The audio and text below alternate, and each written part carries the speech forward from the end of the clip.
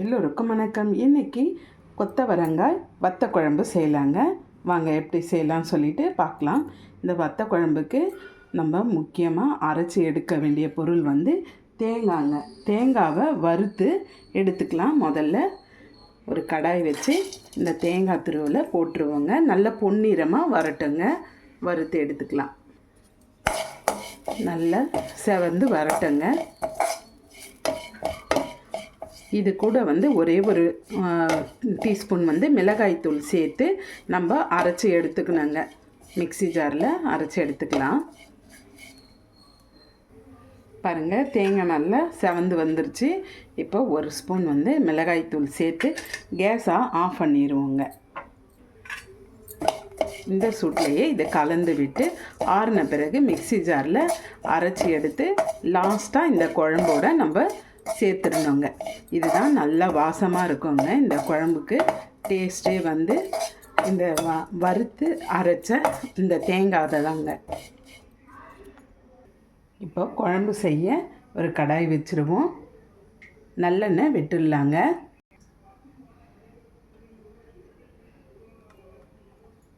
இப்போ இந்த கொத்தவரங்காவை கொஞ்சம் கொஞ்சமாக வறுத்து எடுத்துக்கலாங்க. இந்த எண்ணெயிலையே போட்டு நல்லா வதங்கி வரணுங்க.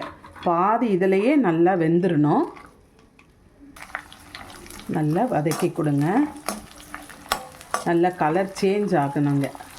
இந்த குழம்பு அவ்வளோ நல்லா இருக்குங்க. டேஸ்ட்டாக இருக்கும். எனக்கு ரொம்ப பிடிக்குங்க. பாருங்கள், இப்படி நல்லா வதங்கி வந்துருச்சு பாருங்கள். நல்லா பொரிஞ்ச மாதிரி வந்துருச்சு இல்லைங்களா? இப்போ நம்ம எடுத்துடலாங்க. இப்போ ஒரு தட்டில் எல்லாத்தையும் மாற்றி வச்சுருவோம். இதே எண்ணெயிலையே நம்ம குழம்பு தாளிச்சிருவோங்க.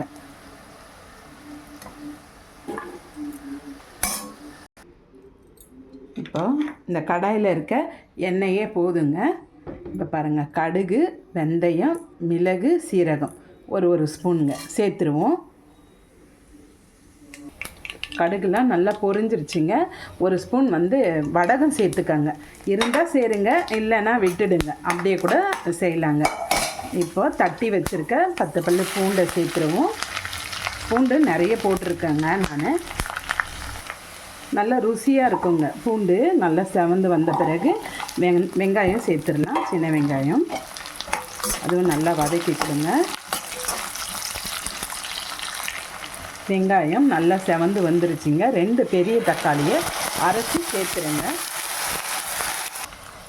இந்த குழம்புக்கு தேவையான கல்லுப்பு சேர்த்துருவோம். இப்போ மஞ்சள் பொடி, காஷ்மீரி சில்லி பவுடர் கொஞ்சம், 1 டீஸ்பூன் மிளகாய்த்தூள். நான் 1 டீஸ்பூன் தான் அந்த தேங்காய் துருவலோடு சேர்த்து வறுத்தேங்க. இப்போ காரத்துக்கு நம்ம குழம்புக்கு 1 டீஸ்பூன் சேர்த்துருக்காங்க. நல்லா வதக்கி கொடுங்க.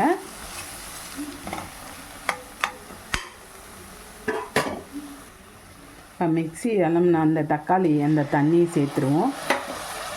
புளி தண்ணி கொஞ்சம் சேர்த்துக்கோங்க. அதிகமாக இருக்கக்கூடாதுங்க. கொஞ்சமாக புளி தண்ணி. இந்த குழம்புக்கு தேவையான தண்ணி ஒரு அரை டம்ளர் சேர்த்தா போதுங்க. இப்போ நம்ம அரைச்சி எடுத்துட்டோங்க. இந்த தேங்காய், வறுத்த தேங்காயும் இது மிளகாய்த்தூள் சேர்த்து வறுத்தோம் இல்லைங்களா? இப்போ அது கூடவே சேர்த்துரும். குழம்போட சேர்த்து நல்லா கலந்து கொடுங்க. இப்போ தண்ணி சேர்த்துடுவோம். நல்லா கொதிக்கணுங்க. எண்ணெய் பிரிஞ்சு வரணும். அப்புறமா இந்த கொத்தவரங்காவை நம்ம சேர்க்கணுங்க. குழம்பு நல்லா கொதிக்குது பாருங்கள். இப்போது இந்த கொத்தவரங்காவை குழம்புல சேர்த்துடலாங்க. நல்லா கலந்து கொடுங்க. இந்த குழம்பு இன்றைக்கே சாப்பிட்றத விட மறுநாள் 2 நாள்னாலும் கெட்டு போகாதுங்க. மறுநாள் வச்சு சாப்பிடும்போது டேஸ்ட்டு இன்னும் சூப்பராக இருக்குங்க. பாருங்கள், எண்ணெய்லாம் பிரிஞ்சு சூப்பராக வந்துருச்சு வத்த குழம்பு. கண்டிப்பாக நீங்கள் ட்ரை பண்ணி பாருங்கள். சுட சுட சாதத்தில் போட்டு சாப்பிட அருமையாக இருக்குங்க. எண்ணெய்லாம் பிரிஞ்சு குழம்பு ரெடி ஆகிடுச்சுங்க. இப்போ கேஸ் ஆஃப் பண்ணிவிடுவோம். சூப்பரான வத்த குழம்பு ரெடி ஆயிடுச்சுங்க. நீங்களும் ட்ரை பண்ணி பாருங்கள். உங்களுக்கு இந்த வீடியோ பிடிச்சிருந்துன்னா லைக் பண்ணுங்கள், ஷேர் பண்ணுங்கள், கமெண்ட் பண்ணுங்கள். மறக்காமல் சப்ஸ்கிரைப் பண்ணுங்கள். சுட சுட சாதத்துக்கு இந்த வத்த குழம்பு போட்டு சாப்பிட அவ்வளோ அருமையாக இருக்குங்க.